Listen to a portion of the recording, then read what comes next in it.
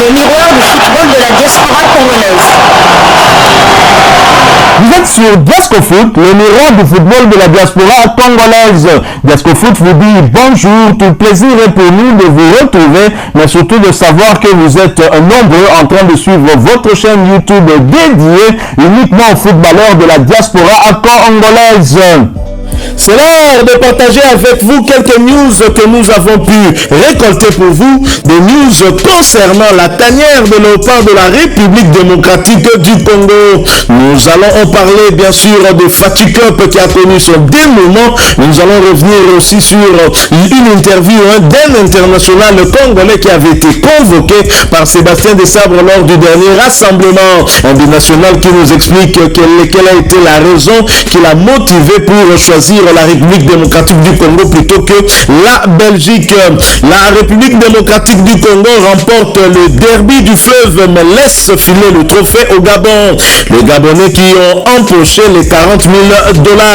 Les Léopards juniors de la RDC se sont imposés devant les Diables Rouges du Congo-Brazzaville sur le score de 2-1 hier, vendredi 7 juillet 2023, au stade des Martyrs de Kinshasa, en match comptant pour la troisième et dernière journée de Fatih Cup. Jojo Kombe Eyale a ouvert le score à la 29e minute de jeu avant que John Itoa Otunu n'égalise pour les Brazzavillois à la 44e minute.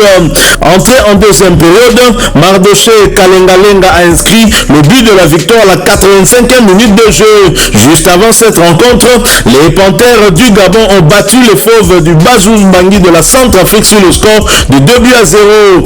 Invaincu, l'équipe U20 du Gabon remporte le tournoi avec 7 points, suivi de la République démocratique du Congo 6 points, du Congo-Brazzaville 3e 4 points et de la République centrafricaine qui ferme la marche avec 0 points. Les Panthères gabonaises ont reçu la cagnotte de 40 000 $ américains alors que la RDC 2e a reçu 20 000 $, le Congo-Brazzaville 3e 10 000 $.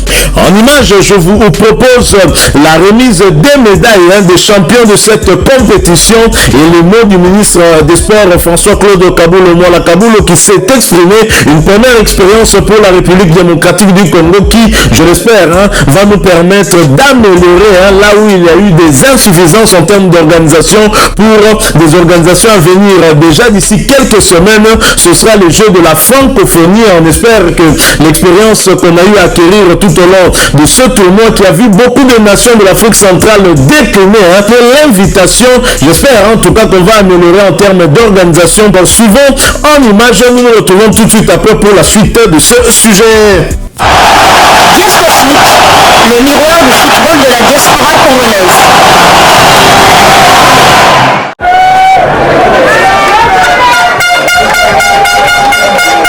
La première édition de Fatih Cup a connu son atterrissage le vendredi 7 juillet 2023 avec le sacre de Panthère du Gabon. Ce tournoi des jeunes de moins de 20 ans a connu la participation de 4 pays de l'Afrique centrale, dont la République démocratique du Congo, pays hôte, le Gabon, le Congo-Brazzaville et la République centrafricaine. Très mordant et impitoyable depuis le démarrage de cette compétition de l'UNIFAC, le Gabon termine au sommet du podium après son succès 2-0 devant la République centrafricaine de cette dernière journée et coiffe sur le prêt les ambitions de la RDC, pays hôte, qui se contente tout de même de la deuxième place, synonyme de médaille d'argent après sa victoire 2-1 face au Congo-Brazzaville qui finit 3e devant la RCA, le maillot faible de la compétition. François Kaboulou Mwala Kaboulou, ministre des Sports et Loisirs et grands artisans de cette première édition, a rehaussé de sa présence aux côtés des dirigeants de l'UNIFAC et ceux de la FECOFA pour la cérémonie des remises des trophées et prix individuels. Cette première édition laisse une très bonne impression en dépit de quelques ratés en termes de mobilisation générale. Fati Cup, une initiative qui n'a pas eu tort de proposer un tel tremplin pour la promotion du football d'âge dans la sous-région, a dit le patron des sports congolais. Et ceux qui ont cru à l'avenir de la jeunesse n'ont pas hésité un seul instant. C'est avec eux que nous avons réussi. Il y a une petite minorité de Congolais qui étaient dans le doute. Et nous, maintenant, je pense qu'ils sont convaincus que nous avons fait ce tournoi. C'est pour soutenir notre jeunesse et aider les jeunes à aller de l'avant. Je remercie également l'UNIFAC qui a accepté cette organisation avec bien sûr le coup de pouce du Comité national de normalisation. Et bien dans l'ensemble, je pense que nous avons réussi notre pari. L'essentiel est que le football des jeunes ressuscite au niveau de l'Afrique centrale et que le football avance. La sélection congolaise, attendue au tournant pour le 9e jeu de la francophonie, sans doute aura profité de cette expérience avec les athlètes comme Charveil Onoya, Ephraim Longo ou encore le dernier buteur des Léopards contre le Congo, Mardoché Kalenga Lenga. Pour ne citer que ceux-là. Et l'objectif est atteint. L'objectif c'était quoi? À travers Fachiko pour relancer le football des jeunes au niveau de la sous-région, booster cette compétition qui était longtemps négligée. On ne s'occupait que de la sélection senior, l'équipe A, mais nous avons dit non, la base c'est les jeunes et c'est pour ça que nous avons mis toutes nos énergies là-dedans. Je voudrais sincèrement remercier le président de la République, chef de l'État, Félix-Antoine Tshisekedi Tshilombo, qui s'est impliqué totalement dans la réussite de cette compétition, le Premier ministre également, Jean-Michel Samalou Kondo Kienge, qui m'ont appuyé jour et nuit et qui m'ont poussé à aller jusqu'au bout. Diaspo Foot, le miroir du football de la diaspora congolaise. Voilà, nous sommes de retour. Félicitations donc aux Panthères du Gabon qui prennent une revanche à la République démocratique du Congo et qui viennent remporter un trophée ici en RDC. Ils étaient très bien partis lors du match de la première journée.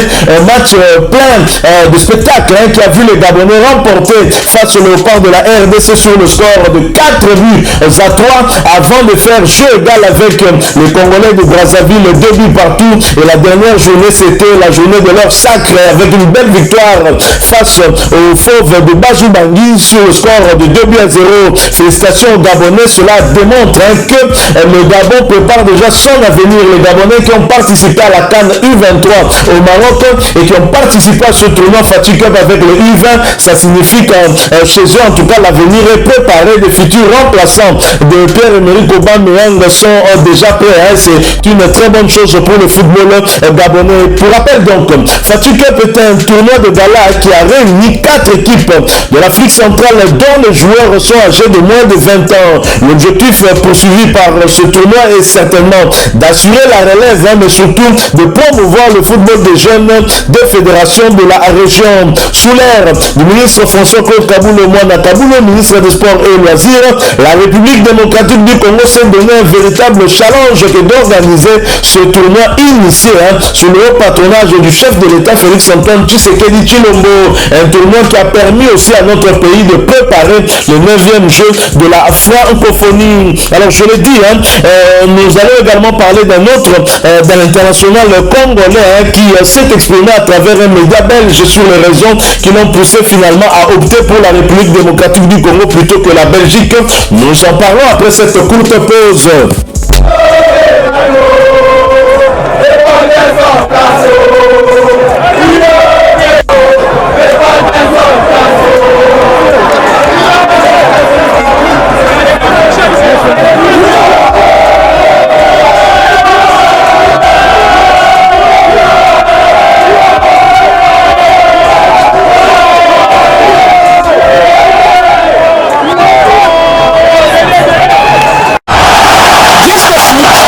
Le miroir du football de la diaspora congolaise.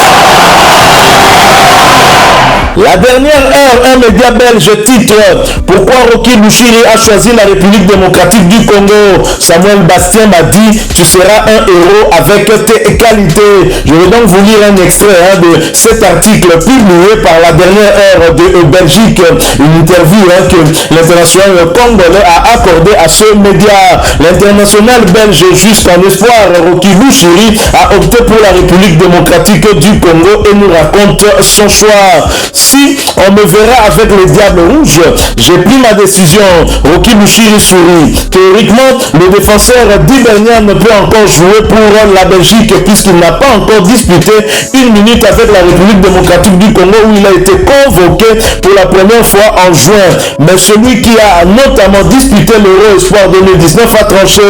Il nous raconte comment et pourquoi s'est fait ce choix que d'autres binationaux auront aussi à faire. Les premiers contacts avec la République démocratique du Congo, Rocky Bouchiri nous explique.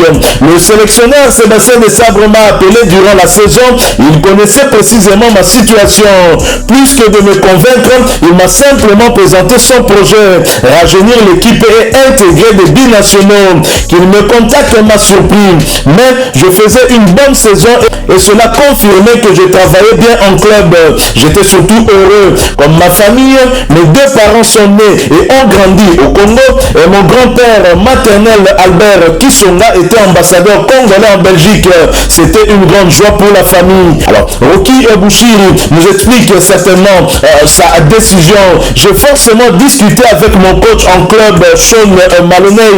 Il m'a dit de prendre mon temps, de bien réfléchir, de demander quelques assurances aussi, vu les histoires qu'il a pu avoir dans le passé par rapport à l'Afrique et de suivre mon cœur. Mais au final, quand j'ai eu le sélectionneur au téléphone, je l'ai surtout gardé pour moi. Je n'aime pas être influencé, j'ai juste échangé avec quelques joueurs comme Samuel Bastien, vu qu'on a joué ensemble. Il m'a dit, tu vas voir, arriver là-bas procure un sentiment inexplicable. Il y a une telle joie, un tel bonheur, tu vas voir ce qu'est l'Afrique. Le peuple congolais trouve sa joie dans les performances de Léopard. Tu seras un héros avec tes qualités. Tu te feras vite un très joli nom. J'ai bien discuté avec mon entourage, ma famille, j'ai vite recontacté le sélectionneur. Si j'ai été pris, c'est qu'il y a une raison. Sa première convocation, bien évidemment, a suscité de la joie auprès de sa famille. Ma mère pleurait de joie. Je me suis blessé à la cheville en janvier et je n'ai joué que 3 minutes. Ensuite, Rocky Bouchiri, un défenseur central, un défenseur central qui entre bien évidemment dans les plans du sélectionneur manager de Léopard de la République démocratique du Congo, Sébastien Desabre, qui l'avait appelé en sélection, probablement en tout cas pour essayer d'accélérer le processus de son changement de nationalité. Mais malheureusement, une petite blessure l'a contraint à ne pas avoir les quelques minutes telles que souhaitées par le sélectionneur manager. Mais Rocky Bouchiri a tranché, il a opté pour la République démocratique du Congo. On peut dire merci à Samuel Bastien.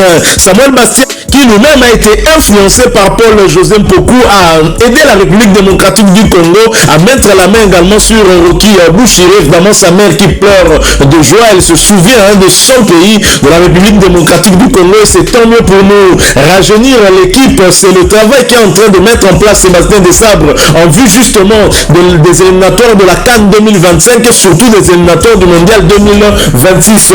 Très heureux en tout cas pour ce Noël Léopard, mais il doit très vite avoir ses premières minutes avec la sélection pour que nous puissions être sûrs de le garder de notre côté. Bonne chance avec la sélection Rocky Bouchiri. J'espère que cette aventure qui a commencé va donc durer très longtemps et surtout reste performant en club pour qu'à chaque fois le sélectionneur manager Sébastien Desabre puisse te convoquer pour venir renforcer la tanière. Voilà, nous sommes arrivés à la fin de ce sujet. Si vous l'avez aimé, n'hésitez pas à nous laisser un maximum de j'aime. N'hésitez pas non plus à partager avec nous votre opinion. Si vous en avez une par rapport au sujet que nous venons de vous proposer, laissez-la nous à travers un commentaire.